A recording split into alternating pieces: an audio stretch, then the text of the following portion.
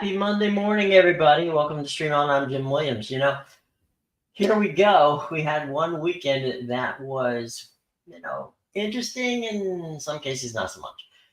Which means, as you all know, we look at our winners and losers from the weekend. Let's start with the winners. That would first be game day on ESPN. Now, there was two game days. There was the Fox game day, which is big noon, and they were in Boulder. They didn't have a game there, but we'll get to that later. ESPN did have a game. Didn't start till 10 o'clock, but with The Rock and all the other cool things going on, they handled it well. Fox, not so much. Wasn't a good day for them. Fox is, in all honesty, and we'll get to that later from the standpoint of who lost in that regard. But the winner was game day. They were in Boulder. They handled the Coach Prime situation very well, and it was a fun show. So from that standpoint, kudos to ESPN, kudos to Game Day. Well done, you. All right, so who's our broadcasters of the week? Well, the best broadcaster of the weekend was Bob Wischusen and Robert Griffin III. Now, RG3 and Bob Wischusen had the Alabama-USF game. Now, it's not an easy game to do.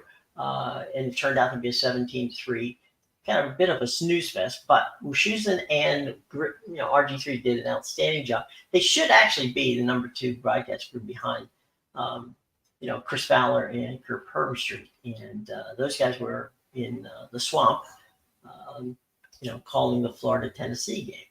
So, I don't know what's going on with ESPN, but Bert, Magus, if you're listening, buddy, Bob and Robert, bring energy and they really do an outstanding job. So let's, our winner number two would be ESPN's coverage of a game between Alabama and USF with Wischusen and RG3. They did an outstanding job. Another winner, 100%, that was Peacock. Washington and Michigan State. Now, Washington looked fantastic in this game. Michigan State, not so much. This is where I'm going to break for a moment. This is where Fox should have done their pregame show. Okay. This game was on Peacock exclusively at 5 o'clock, realizing, of course, that the Big didn't have that game, which, by the way, should have been in prime time, wasn't. There's so much going on at Michigan State. Okay. At Michigan State, there is coaching issues. There is drama. Okay.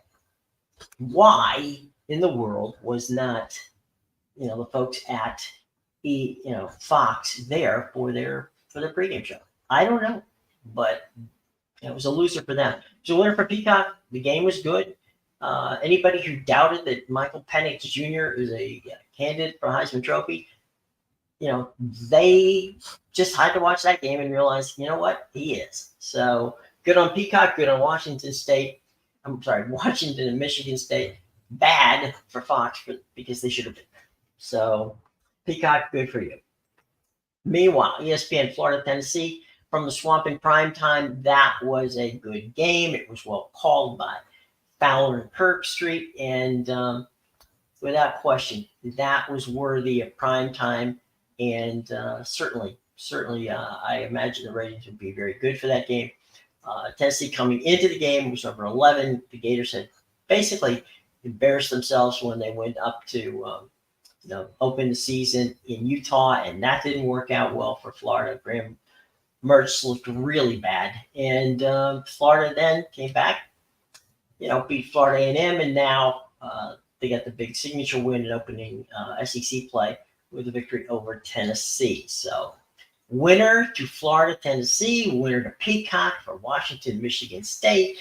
Best broadcast crew of the weekend for college football was Bob Wischusen and Robert Griffin III on ESPN. And of course, as I said before, when we started the show, big winner, game day in Boulder. They had all the festivities covered, and it was an entertaining game day from Boulder for ESPN. Big win this weekend for ESPN and Peacock. Good job, guys. All right. Meanwhile, losers. Who goes to the losing side? Loser Saturday. Okay, that was Fox's pregame show. And look, I love Reggie Bush. Brady Quinn does a great job. Leonard does a good job. Robbie Stone, fantastic. I got no problem with those guys. Guys, I'm asking, I'm begging you that Eric Shanks, if you're listening, I'm begging you, get rid of Urban Meyer. Okay, seriously. He has no personality. He lends nothing to the broadcast. And honestly, just you don't need that chair. Just move the chair off. Let Reggie, Brady, and Matt go with Rob Stone, and you're good. Okay, but I'm begging you, get rid of Urban Meyer. He is a waste of time.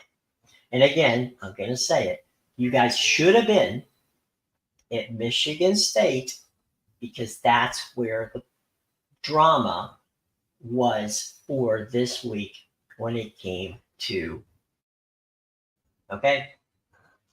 Too many storylines out there, guys, that you did not follow up on. And that's bad. All right. You know it. I know it. Fans know it. So, it's everybody's good, but you know, to be in the same place as ESPN is on Saturday morning, that's just crazy. Okay. Don't do that. You know better. You should have been at Michigan State. You could have done a great job. Lose Urban Meyer. Please, please, please. All right. All right. Another loser. NBC primetime. What the heck were you thinking? Syracuse at Purdue is a primetime football game? Seriously? Seriously. I mean, that's a noon game if you're lucky. Okay? And it's not that's a Big Ten network game, not Syracuse and Purdue. I mean, seriously, guys. You could have done better. You could have moved the Peacock game. Give them Syracuse and Purdue. You could have taken one of the, as I said before, Michael Penix is a legit Heisman Trophy winner. You put him on Peacock at 5:00. Okay, that Washington Michigan State game should have been in prime time. I haven't seen the numbers yet; they're not out, but I guarantee you that Syracuse Purdue did not beat Florida and Tennessee, and it was. I mean, seriously. Syracuse and Purdue, that's your NBC primetime. You guys know better than that. You did better than that. You're the network that had your Washington Michigan State in the Peacock game. You could have flipped those games. You had a legit ability to do it. It's not like you had to hide. But okay, fine. There you go. Loser NBC primetime. Let's go move. Enough of the losers from that standpoint. Winners. Let's go Sunday. Whoops, wrong graphic. There we go. Winners, Spiro Ditas at Adam Archuleta on the Washington-Denver game, which was possibly one of the most entertaining games of the weekend. Guys, Spiro Ditas and Adam Archuleta, they should be the number 2 Fox team. Spiro brings a lot of enthusiasm to the game. Archuleta, just a very solid analyst. That was a game that, Denver was up by 18 points, and Washington tied it, went ahead, and Denver gets into a situation where they could have tied it in regulation, sent it into overtime. They hit a Hail Mary pass to tie the game. Sorry, to score a touchdown with potential tie the game with literally no time left on the clock. And Spiro Ditas and Adam Archuleta did a fantastic job of not overselling it, but showing the proper amount of enthusiasm. That's a good thing. Getting the proper amount of enthusiasm in there is an absolute good thing. So let's be good on that one. And we got Jerry here. Jerry, we'll get to your questions in a minute. Fox always shies away from kind of controversy while NBC continues to push their beliefs on us. Okay, I'm not sure what NBC's beliefs are. Maybe you can elaborate on that. But Yeah, I mean, Fox did shy away. They had the opportunity, and they both did. So let's go back to Sunday. All right, here's Sunday night. Okay, great coverage as the Dolphins win over New England. Look, I know that it's hard to look at Collingsworth and Mike Tirico and say, well, they're good. They do games every week. Usually, the primetime game on Sunday is a good one, and the Dolphins New England game was good. But even guys who are outstanding, like like they are that team of Tirico and Collingsworth are, you still have to call the game, and you still have to make it right. And they did it. They did it well, and that's why they're number one whenever the season, is over. The ratings for Sunday Night Football is the number one rated show on television. And so Tirico and Collinsworth did an outstanding job. The Dolphins, of course, won over New England. It was a close game all the way along, and kudos to them. All right, got a special bonus, and that's Monday. That's tonight. We got a Monday winner, and that is ESPN President of Content, Burt Magnus, on having a doubleheader, but not just having a double. Here's where Burt gets the kudos. Instead of doing a stagger start where he ends up with, a 7 o'clock game and a 10 o'clock game, he's got two games within relatively the same time slot. He's got New Orleans at Carolina with Chris Ballard, Dan Orlovsky, and Louis Riddick on that game. And then on Monday Night Football, the Carolina game at New Orleans starts at 7 Eastern Time. At 8:15 on ESPN, on ABC, he's got, with Joe Buck and Troy Aikman, the number one team, he's got Cleveland and Pittsburgh. That is a rivalry game. That's a great game. But the good news on this particular situation is if you don't want to see Cleveland and Pittsburgh, if you are if he's giving you a choice, guys, he's giving you a choice. You watch New Orleans, who has played incredibly well in the early season, against the Carolina team that hasn't, but you've got some entertainment there from New Orleans and Carolina, but Cleveland, Pittsburgh, that's a game, and that's an important game because both Cleveland and Pittsburgh lost their opening weekend. Cleveland won. Pittsburgh lost their opening game. It's big for Pittsburgh. Pittsburgh needs to have this game. Cleveland would like to have the game and stay level with Baltimore. So Joe Buck and Troy Aikman in Pittsburgh, it's going to be an electric atmosphere. Cleveland and Pittsburgh hate each other, which makes it even better. So that's a great game. But if for some reason it becomes a blowout, or you're just not entertained by the Cleveland-Pittsburgh game, you got a second, and that's the New Orleans-Carolina game. So by all means, that's a win already for our gang at ESPN and ABC. So good on you for Burt Magnus. We do have one more bad, and this is something that is a pet peeve we've talked about before. Fox staying away from streaming. I don't understand it. It doesn't make sense. You cannot stream any of the Fox Sports content on Saturday with all of the college games. You can't do it Sunday on that. You can't do it with their NASCAR coverage. I don't know what is wrong with Lackland, McLaughlin, Murdoch. What's the deal, guys? You're the only network that doesn't stream games. It just makes no sense. You've got an audience there. Let's try to help the audience enjoy the games. All right. Let's see what Jerry's got for us here. There's Jerry. You have any idea what teams are going to be on College Game Day this weekend at Fox? I do know the Fox pregame show is going to be at Notre Dame, which makes sense.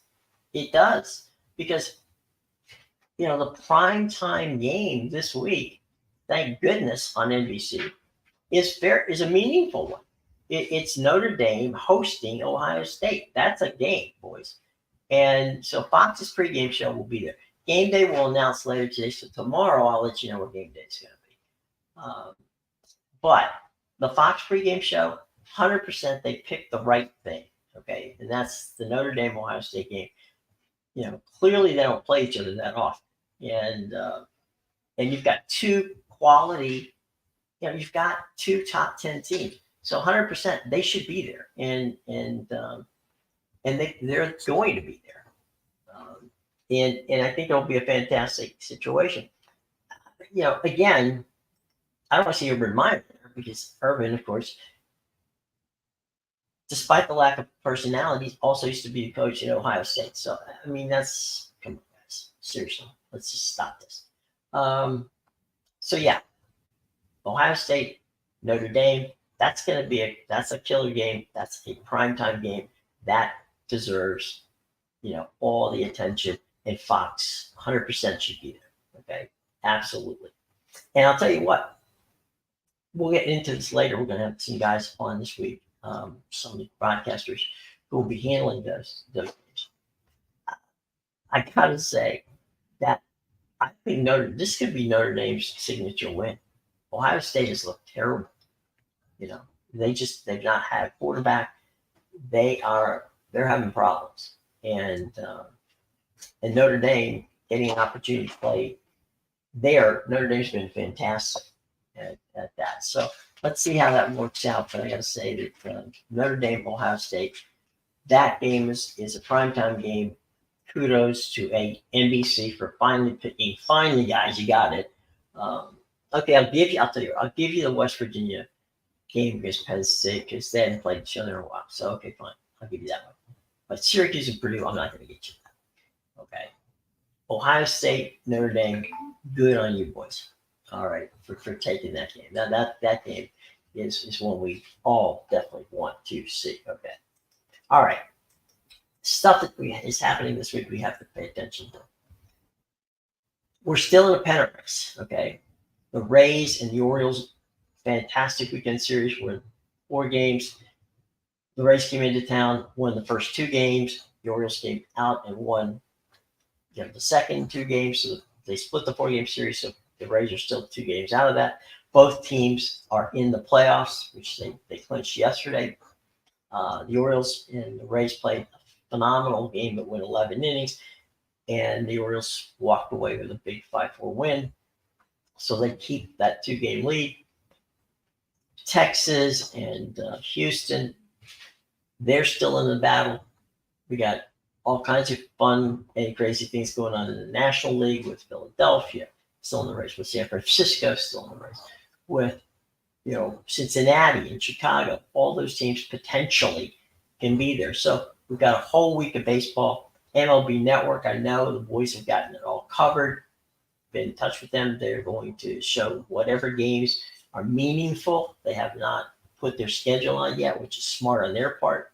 So they're going to be following everything, both in National and American League, as we go down the playoff drive. Okay, it's going to be fun and it's going to be exciting. And we got games that start tonight and go all the way through the weekend. So that's going to be some good stuff. Look forward to that.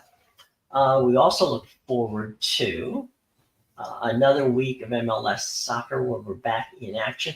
Good weekend. I didn't have a chance to talk much about Apple's and MLS's coverage of the weekend games. I didn't get to see them much. So we'll focus on Wednesday night's games. And there'll be some good games in the Premier League, which will be on, of course, NBC. And we'll get to see them on Wednesday as well. So keep a lookout. We'll let you know who's playing who, and on both Fox. I'm sorry, on Apple as well as on CBS and on Peacock and NBC. So that's coming up on Wednesday. So pay attention. We'll bring it to you. We'll let you know what's going on. So this week, there'll be some key games on, and we haven't got the announcements yet on who's playing college football. there's the scheduling's there, but the times and start times will be coming out this afternoon. So tune in tomorrow because we'll have all that information for you. So look, guys, it's been a fun weekend, but now we get back to the week, and we're running out of time. As Yogi Berra used to say, if you're a baseball fan, it's getting late early. There's only a couple of weeks left in the season. There's only about 14 games left for each team. Some teams have one or two games in hand because of rainouts, and that could factor into it. And remember two things now. We have been waiting and watching for the Turner move, which is now Turner's now, of course, Warner Brothers, and they're also Discovery Channel. So if you have got Max, which is the old HBO Max, it's now just Max, the playoffs will be streamed on Max, and that will be the lead into the NHL and the NBA being on Max streaming. So despite the fact that Fox will not have streaming for the playoffs and the World Series, at least we get to see. And again, as you probably know, they flipped this, right? So this year, instead of the National League being on the Warner Discovery Group, they will be on.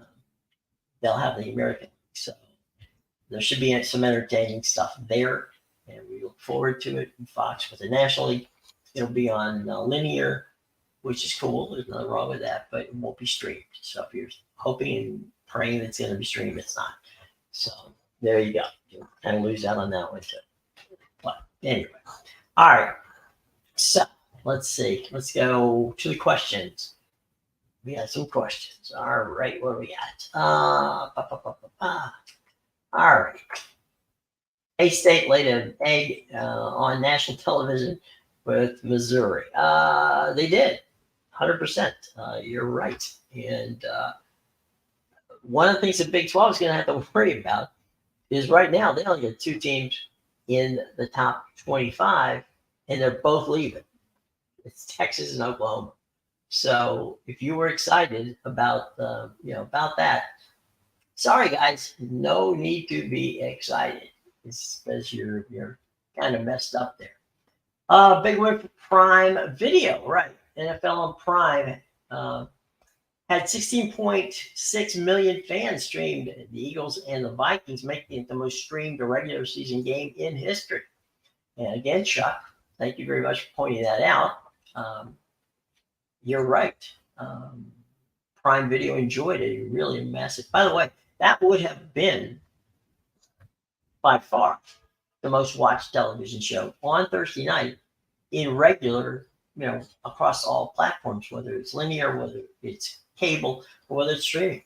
So good news for Prime, good news for the NFL that 16 million people streamed the game, the Eagles and the Vikings. So there you go. What do you got for me, Billy? Doesn't matter to look at recruits. You brought in, he's talking about Colorado. This is something we talked about last week. It was Paul Feinbaum, and had actually Paul Feinbaum had said that Coach Prime would be perfect for Florida. So I guess Billy's following up on that, saying that he's done very well in Colorado, which is true. But they're getting into Pac-12 conference games, so he's gonna go to Los Angeles to play UCLA this his next game. That's not going to be easy. So we'll see. Imagine what you could do in Florida. We don't know what you do for Florida. Right now, Coach Prime's hot, and Colorado's playing well, and that's good. It's good for college football. It's good for Dion. It's good for the brand. It's good for the entire. If you're a fan of college football, it's good to have Prime there. He's going to go to UCLA and see how that works out. So he's going to try the act in Los Angeles. I imagine it's going to be, if The Rock got on a plane and flew to Colorado, you can only imagine who's going to show up in Los Angeles to watch that game. Actually, in Pasadena, I should say. So it's going to be crazy. And Crazy good though, crazy good. That'll be a good one. We'll see how that works out. But wow, yeah, that's yeah, good on you. By the way, I don't know if you saw it, but you can get clips of it. CBS last night had Coach Prime on 60 Minutes. It was a very interesting show. It was a very interesting segment, and it's kind of. I imagine we already had a lot of casual fans that were excited about what was going on in Colorado. Who probably some of them may have never seen a college football game before. So yeah, 100%. That's going to be a fun one, and we look forward to it with that. But if you get a chance, check out 60 Minutes. It's as I said, you're going to get a lot more. Deion's going to get a lot more fans. He's also going to get a lot more haters. I mean, there's that, and one of the things that bothers me about Urban, which I've said, please take him on, is that he seldom gives other coaches any recognition at all, and that's not fair. I mean, yeah, has he won national championships? 100%. Does he deserve the recognition of being a great college coach? Again, fantastic. Just because you're a good coach doesn't mean you're a good analyst. I think that's the key to me.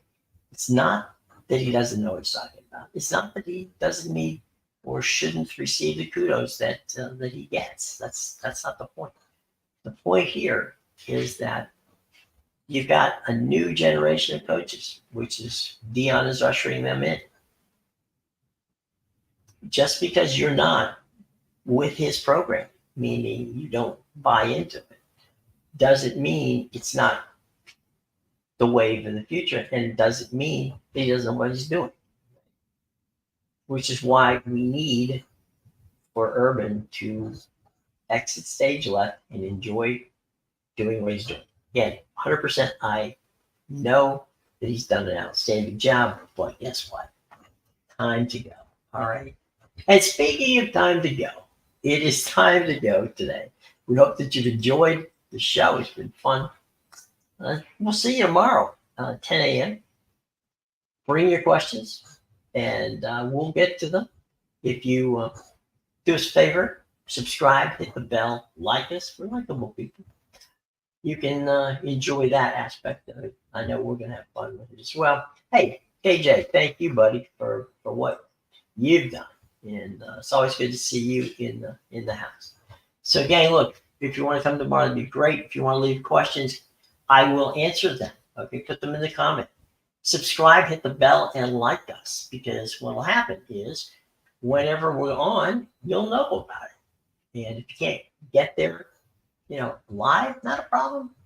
Just hit that subscribe, like, and you'll know it's there, and then you can come back and watch it another time. So if you have any comments, final questions, put them on the in the area there where you can comment, and we'll get back to you.